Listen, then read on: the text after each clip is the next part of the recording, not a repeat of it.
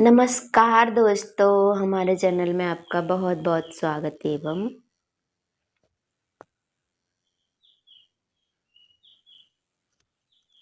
नमस्कार दोस्तों, हमारे चैनल में आपका बहुत-बहुत स्वागत एवं अभिनंदन है।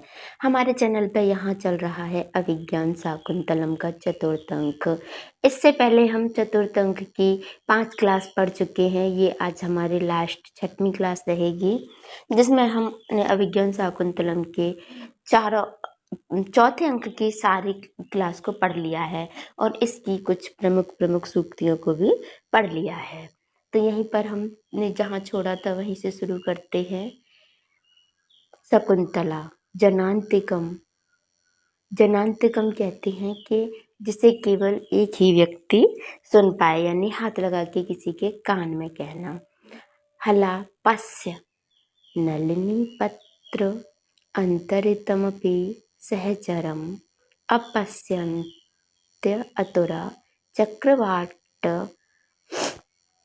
चक्रवाक्य अटरति दुष्करम अहम करोमीति।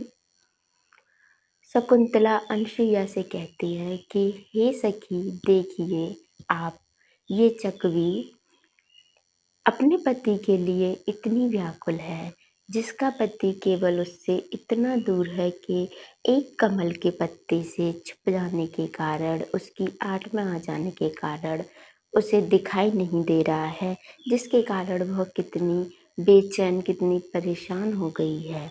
और एक मैं हूँ जो इस तरीके का दुष्कर्म कर रही हूँ, यानी कि वह कह रही है कि मैं अपने पति के बिन इस तरीके से रह रही हूँ और एक इसे देखो, बस ये इतना सा दूर हो गई है कि एक कमल के पत्ते के आड़ में आ जाने के कारण इसे अपना पति दिखाई नहीं दे रहा है, जिससे वह इतनी बेचैन और दुखी हो गई है। इसी पर अनुसुईया कहती है, सखी एवमेव मंत्रस्व एषापि प्रियेण विना गमयति रजनीं विषाद दीर्घतरां गुरुपि विरह दुःखमासवन्दः सहायति। ये कह रही है, ऐसा भी प्रियण विना गमयति, यह भी अपने पति के बिना रहती है, अपने प्रियतम के बिना रहती है। रजनीं विषाद दीर्घतरां, पूरी रात इतने लंबे समय तक यह अपने पति के बिना रहती है। गुरुपि विरह दुःखम आशावन्दः सहायति, क्योंकि बड़े से बड़े दुख को एक आशा का बंधन सहने योग्य बना देता है। क्योंकि ये खासियत होती है चकवा और चकवी में कि ये रात को अलग अलग हो जाते हैं, इनको दिखाई नहीं देता, और ये पास पास में भी हों तब भी दिखाई नहीं देते एक दूसरे को, और सुबह होते ही यह मिल जाते हैं। तो ये इन्हीं के बारे में कह रही हैं, ऐसा भी प्रियण विना गमयति रजनीं विषाद दीर्घतरां गुरुपि विरह दुख आशा बंधन सहायति। जो आशा का बंधन होता है वह बड़े से बड़े दुख को सहने योग्य बना देता है। यहीं पर काश्यप सारंगवः इति त्वया मदवचनात् सह राजा शकुंतलां पुरस्कृत्य वक्तव्यः। काश्यप अपने शिष्य सारंगव से कहते हैं कि हे सारंगव, मेरे वचनों को तुम राजा से कहना और शकुंतला को आगे करके कहना, यानी कि मेरे वचनों को तुम शकुंतला को आगे खड़े करके कहना, क्योंकि ये बात है शकुंतला के लिए कही जा रही है राजा से। सारंगव आज्ञा पयतु भगवान, सारंगव कहते हैं कि ठीक है भगवान, आप मुझे आज्ञा तो दीजिए, मैं यही करूँगा।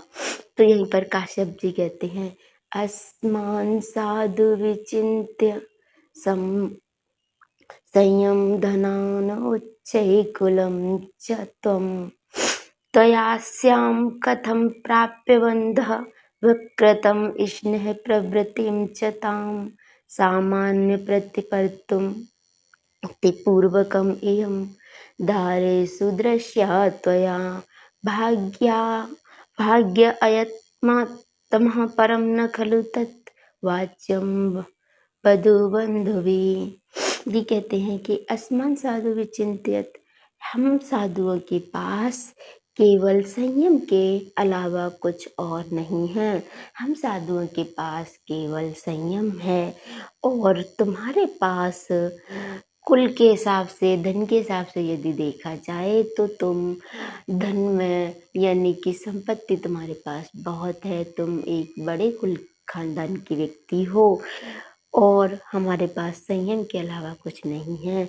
लेकिन आपने ही हमारी बेटी को, हमारी शकुंतला को खुद पसंद किया है, इसमें कोई बीच में नहीं है। यानी कि तुम्हें हमने नहीं कहा है कि तुम हमारी बेटी से शादी कर लो, तुमने खुद उसे पसंद किया है।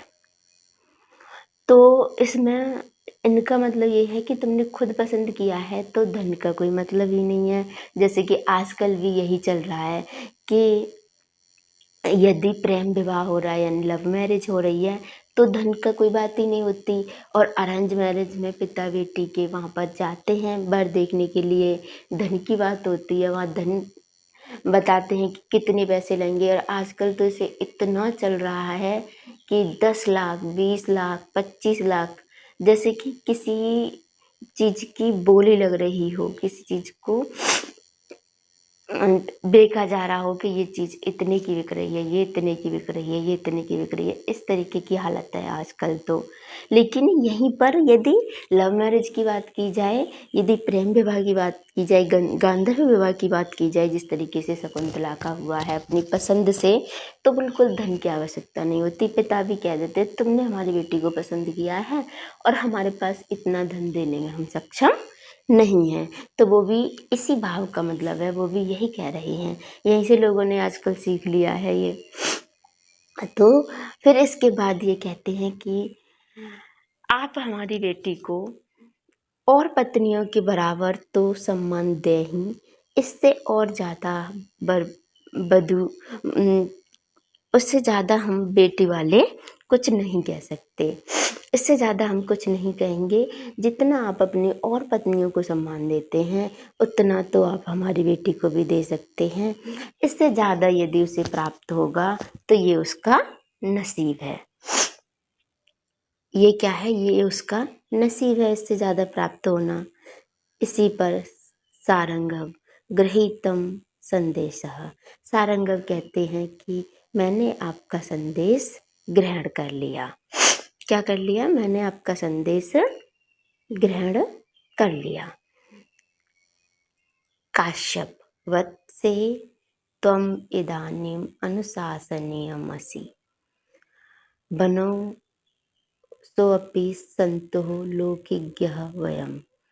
ये कहते हैं कि हे पुत्री, तुम्हें थोड़ा कुछ अनुशासन सिखाना है। यानी कि तुम यहाँ पर वन में रही हो, तुम्हें वन के तौर तरीके आते हैं। सामान्य लोग जो घर में रहते हैं, सामान्य बस्ती में रहने वाले लोगों के तौर तरीके तुम्हें नहीं आते हैं, तुम्हें कुछ सिखाना है। क्योंकि हमने केवल शास्त्रों का ज्ञान ही नहीं लिया है, हम केवल यहाँ पर तपस्या ही नहीं की है, हमें लौकिक व्यवहार भी बहुत अच्छे से आता है। हमने लौकिक व्यवहार को भी सीखा है, जाना है, तो हम कुछ तुम्हें भी यह सिखा देते हैं। यहीं पर सारंगव कहते हैं ना खलु धीमताम कश्चित विषयो नाम। आप जैसे विद्यमान व्यक्ति के लिए कुछ भी शेष नहीं है, आपको सब कुछ आता है, आप विशेष योग्य है, ऐसा कुछ भाव इनका है। काश्यप सा तुम इतः परिकुलम प्राप्त।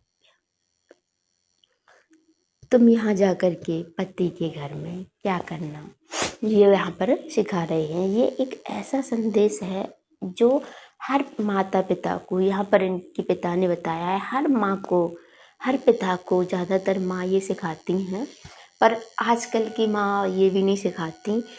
ये संदेश अपनी बेटी को विदा करने से पहले, अपनी बेटी को पति के घर भेजने से पहले यदि ये संदेश सिखा दें तो वहाँ पर शांति ही शांति बनी रहेगी। यानी कि लड़ाई झगड़े का, आजकल तो शादियाँ इतनी टूट रही हैं। आज 20 लाख की शादी हुई है, 1 महीने बाद वो शादी टूट रही है। लोग शादी करने से अब डर रहे हैं कि कहीं हमारे पास कोई केस ना हो जाए, कहीं ये शादी टूट ना जाए, कहीं हमारा पैसा इन्वेस्ट ना जाए। इस तरीके की बहुत सारी चीज़ें हो रही हैं। इस डर के कारण लोग लंबे लंबे समय तक शादियाँ भी नहीं कर रहे हैं। तो यहीं पर इन्होंने कहा शुश्रूषव कुरून् कुरु प्रिय सखीं व्रतिं सपत्नी जने भर्तु विप्रकृत्यापि रोषडतया मास्म प्रतीपं गम भूयिष्ठं भवदक्षिणा परिजने भाग्येषु अनुत्सेकिनी यान्ति एवं गृहिणीपदं युवतयो वामाकुलस्याधयः। यहाँ पर ये कहते हैं कि हे बेटी, तुम अपने बड़े जनों से यानी कि अपने सास ससुरों के साथ में गुरु जैसा व्यवहार करना, उनकी बातें मानना, उनका आज्ञा पालन करना। जो आपके सास ससुर होंगे उनको आप गुरु जैसा सम्मान देना।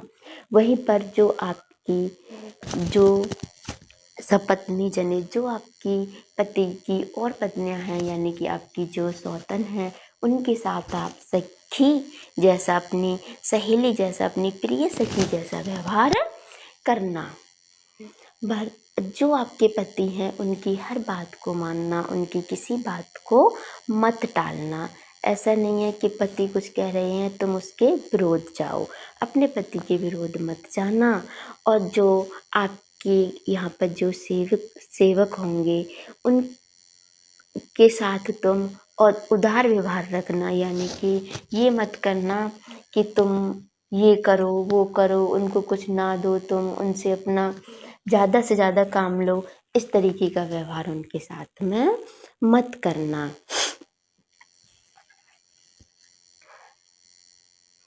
गुरुजनों की सेवा करना, अपनी सपत्नियों के साथ प्रिय सखी सा व्यवहार करना। यदि कभी पति से अपमानता प्राप्त हो जाए तो क्रोध में आकर पलटकर उसके विपरीत मत चलना।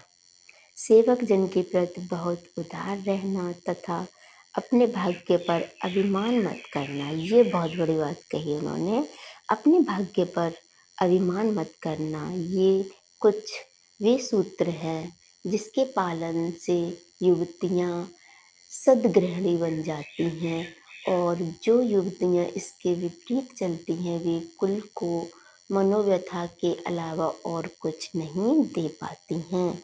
आपको जो मैंने संदेश दिए हैं, इन संदेशों को आप ग्रहण करना, क्योंकि यह बहुत ज़रूरी है तुम्हारे लिए। यदि इनके विपरीत जाओगी तुम तो ये तुम्हारे कुल का नाश कर देंगे। इसी पर शकुन गौतमी कथम व गौतमी मन्यते। गौतमी एतावान् वधूजनस्योपदेशः जाते एतत् खलु सर्वं धार्य। हे बेटी, यह वधूजन के उपदेश हैं, ये वधू के लिए उपदेश हैं। आप इन सभी उपदेशों को ग्रहण करो। काश्यपवत से परिसु जस्व माम सखी जनम सह। शकुंतला तात इतः एव किं प्रियं वदानसूये सख्यौ निवर्तिष्यते। शकुंतला कहती हैं, हे पिताजी, क्या अनुसुईया और प्रियंवदा यहीं से चली जाएंगी? काश्यप वत्से इमेपि प्रदे न खलु युक्तम् अन्यस्तोष गंतुम त्वया सह गौतमी यास्यति। काश्यप कहते हैं कि हे पुत्री, ये इनको भी हमें पति के घर भेजना है, यानी कि जिस तरीके से तुम्हारी विदा करती है इसी तरीके से इनको भी देना है। इनका तुम्हारे साथ जाना उचित नहीं होगा, तुम्हारे साथ गौतमी जी जाएंगी। शकुंतला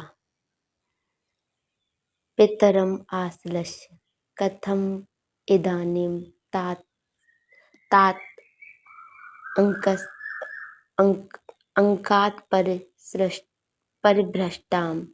यहाँ पर ये अपने पिता के गले लगकर कहती हैं,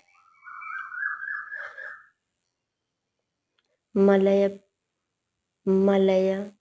तटोन्मूलिता चंदन लतेव देशांतरे जीवितम धारिष्यामि। हे पिताजी, अपने पिताजी के गले लगकर कहती हैं, हे पिताजी, क्या मैं जिस तरीके से चंदन की लकड़ी को उखाड़कर उसके देश से फेंक देते हैं जो कहीं और नहीं रह सकती है, क्या मैं भी इस तरीके से जीवन धारण कर पाऊंगी? काश्यपवत से किम एव कातरासि अभिजनवतो भरतु श्लाघ्ये स्थिता गृहिणी पदे विभवगुरुभिः कृत्यैतस्य दक्षिणाम् आकुला तनयं चिरात् प्राचीवार्कं प्रसूयच्च पावनं मम विरहजां न त्वं वत्से सूच्यं गडिष्यसि।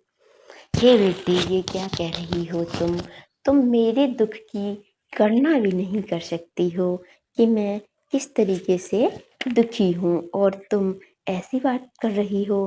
बेटी, तू क्यों दुखी हो रही है? देख, सही बात यह है कि जिसके लिए हम समय तो इतनी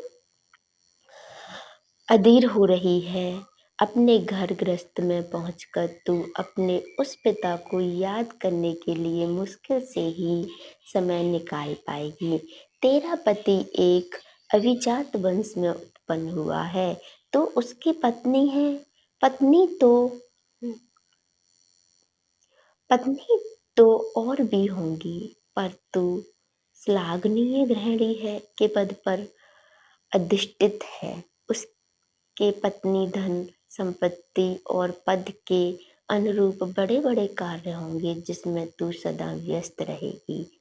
इस व्यस्तता में तुझे उस आश्रम या यहाँ रह रहे पिता की याद करने का समय ही कहाँ मिलेगा। फिर जैसे पूर्व दिशा पवित्र सूर्य को जन्म देती है, वैसे ही तू भी पवित्र पुत्र को समय आने पर शीघ्र ही जन्म देगी। सारा ध्यान बच्चे में लग जाएगा। इस समय सताने वाला विछोड़, यह शोक भला मुझे कितना दुखी कर रहा है, यह तुम सोच भी नहीं सकती हो। तुम्हें मेरी याद नहीं आएगी क्योंकि तुम गृहिणी पद पर इतना व्यस्त रहोगी। इसके बाद तुम अपने बेटे का लालन पालन करोगी, कहाँ तुम इस आश्रम को और मुझे याद करोगी। लेकिन मेरे दुख को तुम इस समय सोच भी नहीं सकती हो कि कितना गहरा है। शकुंतला पितु पादयो पतति, शकुंतला पिताजी के पैर पड़ती है। काश्यप, यदि इच्छामि ते तदस्तु। शकुंतला, सख्युपेत हला द्वे अपि माम सम्मम एव परिजेत्थम। दोनों आकर के मेरे गले लग जाओ। सख्यौ तथा कृत्वा, सखी ऐसा ही करती हैं। सखी, यदि नाम सह राजा प्रति अभिज्ञान मंथरो भवेत् ततस्तस्मः इदम आत्मनामधेयंकितम अंगुलीयकम दर्शते। दोनों सखी कहती हैं कि यदि राजा तुमको भूल रहे हो, उन्हें तुम्हारी याद नहीं आ रही हो, तो जो उनके नाम लिखी हुई अंगूठी है उस अंगूठी को तुम दिखा देना। क्योंकि इनको पता है कि शकुंतला को शराप लगा हुआ है। दुर्वासा ऋषि ने शकुंतला को शराप दे दिया है। इसी पर शकुंतला अनेन संदेहेन वामकंपितास्मि, ऐसा संदेश सुनकर के मुझे बहुत डर लग रहा है, मैं बहुत कंपित हो रही हूँ। मेरे वामंग क्या हो रहे हैं, फड़क फड़क रहे हैं। सख्यौ माँ वेसियत स्नेह पाप संकी, नहीं, ऐसी कोई बात नहीं है। अधिक ज़्यादा स्नेह पाप की आशंका कर ही देता है, यानी कि अधिक ज़्यादा प्यार जहाँ होता है वहाँ डर पैदा हो ही जाता है। सारंगम युगांतरम आरूढ़ सविता त्वरातम भवति। शकुंतला आश्रम अभिमुखी स्थित्वा तात कदानु भूयस्तपोवनम प्रेष्यते काश्यप श्रूयताम। हे पिताजी, मुझे दोबारा कब इस आश्रम में बुलाओगे?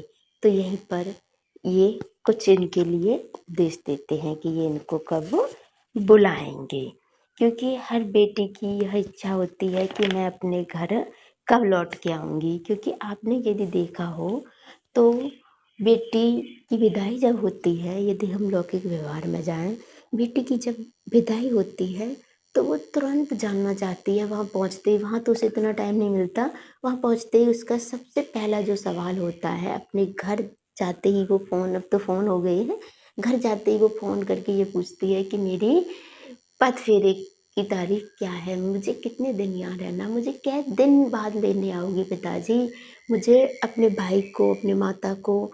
इस तरीके से वो फ़ोन करके कहती है कि कितने दिन की मेरी दसईं निकली है। दसईं बोलते हैं हमारे यहाँ, पत फेरे भी बोलते हैं। पत फेरे की यानी कि मुझे अब यहाँ से दोबारा किस दिन लेने आओगे, क्या दिन लगेंगे, वही वाला काम यहाँ पर शकुंतला कर रही हैं। जिस पर इनका जवाब होता है, क्योंकि ये तो तपस्वी हैं, इनका जवाब थोड़ा सा अलग होगा। भूत्वा चिराय चतुरं समीह पत्नी सौद्यन्तीम् अप्रतिरथं तनयं निवेश्य भरता तदर्पितकुटुम्बभरणे सार्धं शान्ति करिष्यसि पदं पुनराश्रमस्मिन्। शकुंतला विदा होते समय आश्रम की ओर देखकर रुक जाती है और पिता काश्यप से पूछने लगती है, अब मैं यहाँ कब आऊंगी। कितनी इस शब्द में विरह है, यानी कितनी पीड़ा है। लेकिन इस पीड़ा को भी केवल एक बेटी ही समझ सकती है। ये जो पीड़ा है इस समय यहाँ पर इस श्लोक की, इस शब्द की, शकुंतला की, यह एक वही लड़की समझ सकती है। वो कहते हैं ना कि जिसको दर्द है वही दर्द का, उस दर्द की पीड़ा को समझ सकता है, बाकी तो लोग सिर्फ एहसास कर सकते हैं। वही यहाँ पर मेरा भी मानना है। अब मैं यहाँ कब आऊँगी। पिता उत्तर देते हैं, बेटी सुनो, अब तुम्हें एक लंबे समय तक चारों समुद्रों तक फैली हुई और चारों दिशाओं तक विस्तार लेने वाली पृथ्वी की सपत्नी बने रहना है। अपने पति के साथ अपने देश की देख रेख करनी है। यौवन देश सेवा से अर्पित करना है। वानप्रस्थ आने पर तुम अपने पुत्र, जिसका पिता दुष्यंत है और राजा, सिंहासन पर बिठाकर अपने पति के साथ ही इस आश्रम में आना। उस समय तुम्हारे पति कुटुंब का सादा दायित्व अपने पुत्र को सौंपकर तुम्हारे साथ यहीं आएंगे। यह तपोवन बहुत शांत है। जीवन भर दौड़ धूप करने के बाद शांति चाहिए, अतः यहाँ पर आप वृद्धावस्था में आओगी। उनका सीधा सीधा कहना ये है कि आप यहाँ वृद्धावस्था में आओगी जब आप सारे राजपाट के काम निपटा लोगी, आपका पुत्र बड़ा हो जाएगा, उसे आप राज सिंहासन पर बैठा दोगी, तब तुम अपने पति के साथ यहाँ आओगी और तुम्हारे पति तुम्हारे लिए एक कुटिया बनाएंगे और उस कुटिया में तुम शांति से अपना अंतिम समय व्यतीत करोगी। गौतमी जाते परहीयते गमन वेला निवृत्त पितरम तथा चिरेणापि पुनः पुनः एषं मंत्रिष्यते निवृत्तां भवान्। काश्यपवत से उपरुद्यते तपो अनुष्ठानम शकुंतला भूय पितरम आश्लिष्य। पिताजी के गले लगकर तप चरण पीड़ितम तात शरीरम तन्नम आत्रमात्रम मम कृत उत्कंठस्व। काश्यप सन्निश्वासम, काश्यप सांस लेकर, सममेष्यति मम शोकः कथं नु वत्से त्वया रचितं पूर्वम् उट्टजद्वारं विरूढं नीवावल्लीं विलोक्यत। हे बेटी, तुमने जो कुटिया के द्वार पर नींववल्ली को बोया है वह अब बड़ी हो गई है। उसे देखकर मुझे तुम्हारी बहुत याद आएगी, यानी कि मेरा शोक उसे देखकर अधिक ज़्यादा बढ़ जाएगा। मैं बहुत दुखी होऊँगा उसे देखकर, क्योंकि ये यहाँ पर ये भाव दे रहा है कि जब किसी के द्वारा कोई चीज़ की गई होती है, तब उसे उसके चले जाने के बाद उसे देख-देख कर याद आती है। जैसे कि आपने देखा होगा कि पिता की बेटी जब विदा होके चली जाती है, कि उसके द्वारा घर में जो साज-सज्जा की चीज़ें सजाई हुई होती हैं, यानी उसके हाथ से कोई पेड़ लगाया हुआ, घर में कोई पेंटिंग की हुई, घर में पिता के लिए कोई चीज़ बनाई हुई चीज़ होती है, माँ के लिए कुछ बनाती हैं, तो वो उसे देख-देख कर बहुत याद करते हैं। कहते हैं कि ये मेरी बेटी ने बनाया था, ये मेरी बेटी का है। मेरी बेटी मेरे लिए चाय बना के लाती थी, मेरी बेटी बहुत अच्छे पराठे बनाती थी। इस तरीके के माँ-बाप बहुत याद करते हैं उन चीज़ों को सोच-सोच कर के। वही वाली यहाँ पर भी वही दुःख व्यतीत किया जा रहा है। गच्छ शिवास्ते पंथानम सन्तु, जाइए आपका पंथ, आपका मार्ग अच्छा हो। सख्यौ शकुंतलां विलोक्य, सखी शकुंतला को देखकर हाथ दिख अंतरहिता शकुंतला वन राज्य, हाथ दिख। अरे बहुत दुख की बात है, शकुंतला अब दिखाई नहीं दे रही हैं, यानी कि वह बहुत दूर तक चली गई हैं। अब उनका कोई चिन्ह प्रतिचिन्ह दिखाई नहीं दे रहा है। काश्यप सन्निश्वासम, लंबी सांस लेकर अनसुये गदवती पाम सहचरणी निग्रहम शोकम अनुगच्छतम माम प्रतिस्थम। हे ये यहाँ पर अनसुईया को संकेत करके कह रहे हैं कि वह सहचरणी यौवन में रहने वाली वो शकुंतला थी, वह चली गई। उभय दोनों सखी कहती हैं, तात शकुंतलाम विरहितुम शून्यमेव तपोवनम कथम प्रविश्यावः। हे पिताजी, शकुंतला के बिना इस वन में कैसे भला हम जाएं? हमसे यहाँ पर नहीं जाया जा रहा, हम कैसे करें? हमें शकुंतला की याद आ रही है, बिना शकुंतला के हम कैसे इस वन में प्रवेश करें? तो यहीं पर फिर काश्यप जी कहते हैं,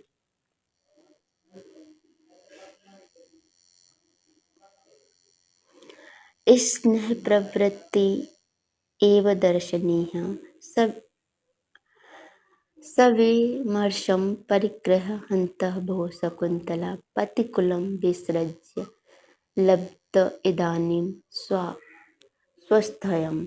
मैं इस समय शकुंतला को पति के घर भेज करके बहुत संतुष्ट हो गया हूँ, क्योंकि पिता दुखी भी होता है और बेटी को विदा करके खुश भी होता है।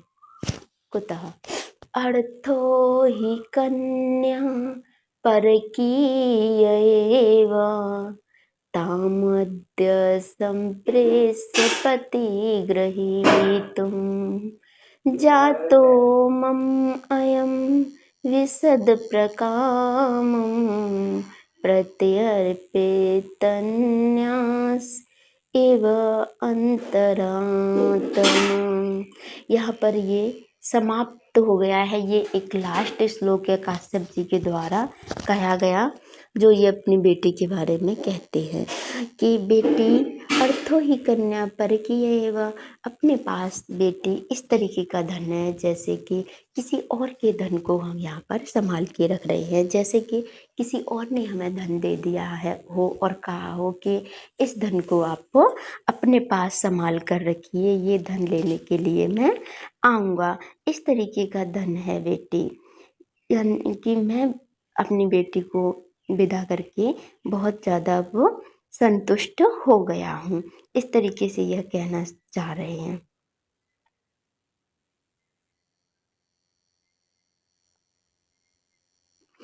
शकुंतला को उसके पति के घर भेजकर मुझे मानसिक शांति मिली है। कारण यह है कि उसका संबंध अकेले श्लोक से है। यानी कि वह ये कहना चाह रहे हैं, कन्या तो पराया धन होती है। माता पिता अपनी बेटी को दे करके बहुत संतुष्ट हो जाते हैं। वह एक सांस लेकर के इस तरीके का कहते हैं। तो यहीं पर हमने अभिज्ञान शाकुंतलम का चतुर्थ अंक समाप्त कर लिया है। इति निष्क्रांतः सर्वे, इसके बाद सभी निकल जाते हैं। अब हमारे पास अभिज्ञान शाकुंतलम में यदि रह गया है तो एक चीज़ रह गई है, वह हमने कहा था कि सभी का वाचन हम अलग अलग लेकर के आएंगे कि किसका वाचन, किसने क्या कहा है, किसका वाचन क्या है, जहाँ से क्वेश्चन होने की संभावना अधिक होती है। और गद्यांश हमने यहाँ पर पढ़ ही लिया है। तो अभी के लिए यहाँ पर हम समाप्ति की ओर जाएंगे। अभी के लिए इतना ही। नमस्कार।